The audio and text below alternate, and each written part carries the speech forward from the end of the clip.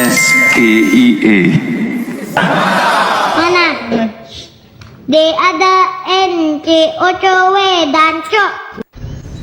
Kita punya kebun binatang, berburu di dalam kebun binatang.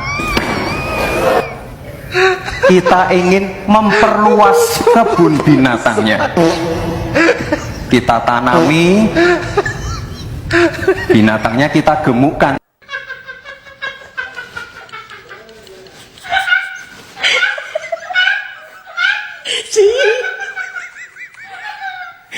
Apa cerita apa coba sih?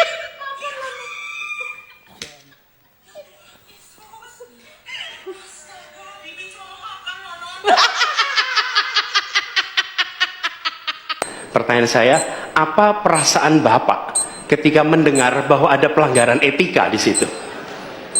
Kita ini bukan anak kecil, Mas Anies, ya. Anda juga paham, ya. Sudahlah, ya. Sekarang begini, intinya rakyat yang putuskan, rakyat yang menilai. Kalau rakyat tidak suka Prabowo dan Gibran, nggak usah pilih kami, saudara-saudara sekalian. Dan saya tidak takut tidak punya jabatan, Mas Anies. Sorry ya. Sorry ya.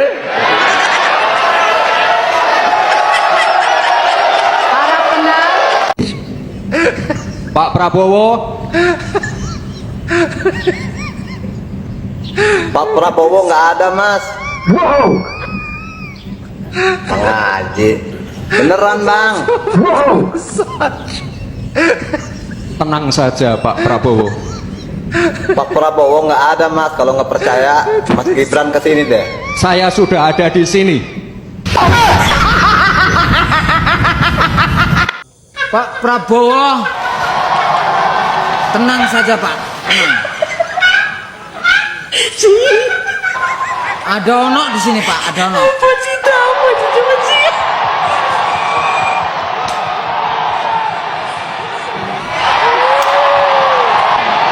Bagaimana? Apa coba sih?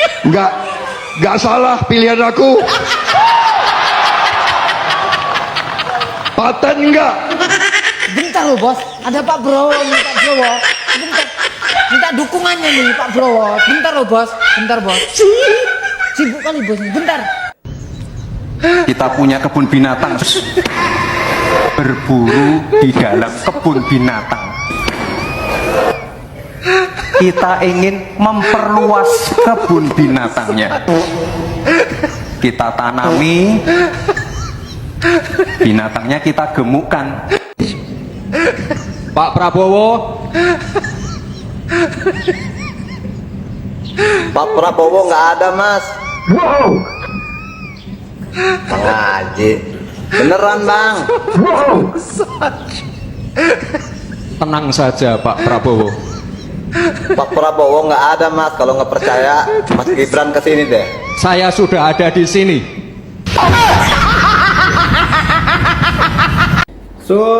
Samsul. Nih, dengerin ya Samsul. Samsul ikut debat wapres, jawabannya ngawur, omongannya ngibul. Samsul gayamu sok pinter, padahal nggak bener.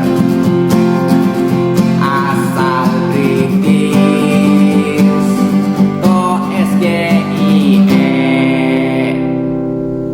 A U E O. Netizen memang tidak ada akhlak. Semakin hari semakin membuat lawakan-lawakan baru, melakukan sebuah parodi terhadap calon presiden dan wakil presiden, yaitu Prabowo dan Gibran. Saya kira sudah tidak ada wibawanya sama sekali. Ya, tidak mengkagetkan lagi kenapa hal ini terjadi, kenapa netizen sampai melakukan sesuatu hal yang memalukan bagi calon presiden dan calon wakil presiden. Ya, karena perilakunya mereka berdua ini memang sangat minus, tidak mencerminkan sebagai pemimpin atau calon pemimpin yang baik untuk negara ini. melainkan mengajarkan sebuah kehancuran.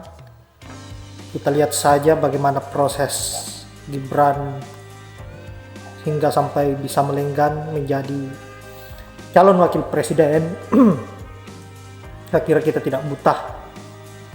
Kita bisa melihat sendiri bahwa Gibran adalah anak haram dari MK. Dan kemudian Gibran ini hanya memanfaatkan orang tuanya, nama orang tuanya sebagai presiden, yaitu Joko Widodo, sehingga bisa menjadi wali kota dan sampai menjadi calon wakil presiden. Seandainya Pak Jokowi bukan presiden, maka Gibran tidak lain hanyalah seorang gembel. Kita bisa lihat sendiri dia membangun usaha martabak dan bangkrut, padahal persoalan modal cukup dibantu oleh negara, cukup dibantu oleh orang tuanya, tetapi masih tetap bangkrut, rungkat. Nah, disitulah kita bisa mengambil sebuah contoh bahwa Gibran ini tidak layak untuk menjadi seorang pemimpin. Usahanya saja dibantu oleh negara, dibantu oleh ayahnya sendiri, bisa bangkrut. Bagaimana kalau dia menjadi pemimpin di Indonesia? Pasti akan sangat berbahaya, dan dampaknya yang menanggung adalah rakyat Indonesia. Risiko buruknya yang menanggung adalah rakyat Indonesia. Terlalu banyak contoh-contoh buruk yang dipertontonkan oleh Jokowi maupun keluarganya dan juga Prabowo. Kalau berbicara soal Prabowo, kita tidak usah lagi berbicara panjang lebar, karena kita tahu sendiri latar belakang beliau seperti apa. Dia lahir besar di tangan orang-orang yang memang otoriter dan selalu menghalalkan segala cara untuk bagaimana agar bisa berkuasa di negara ini. Tujuan mereka hanya satu, yaitu bagaimana agar bisa menjadi orang nomor satu di Indonesia dan memperkaya dirinya, memperkaya keluarganya, dan juga memperbudak seluruh rakyat Indonesia. Saya kira hal ini tidak bisa kita biarkan, dan kalian harus sadar, pilihlah calon pemimpin yang betul-betul berpihak kepada rakyat, berpikir persoalan bagaimana agar bisa memajukan negara kita, dan yang paling penting pemimpin yang tidak pernah berpikir persoalan isi perutnya dan keluarga-keluarganya. Saya kira hanya itu. Terima kasih buat netizen yang lagi-lagi membuat parodi-parodi yang menggelitik, dan semoga parodi ini bisa menghibur sahabat-sahabat dan bisa tertawa lepas agar lebih sehat. Saya akhiri dengan ucapan wallahul muwaffiq ila aqwamit thoriq. Assalamualaikum warahmatullahi wabarakatuh.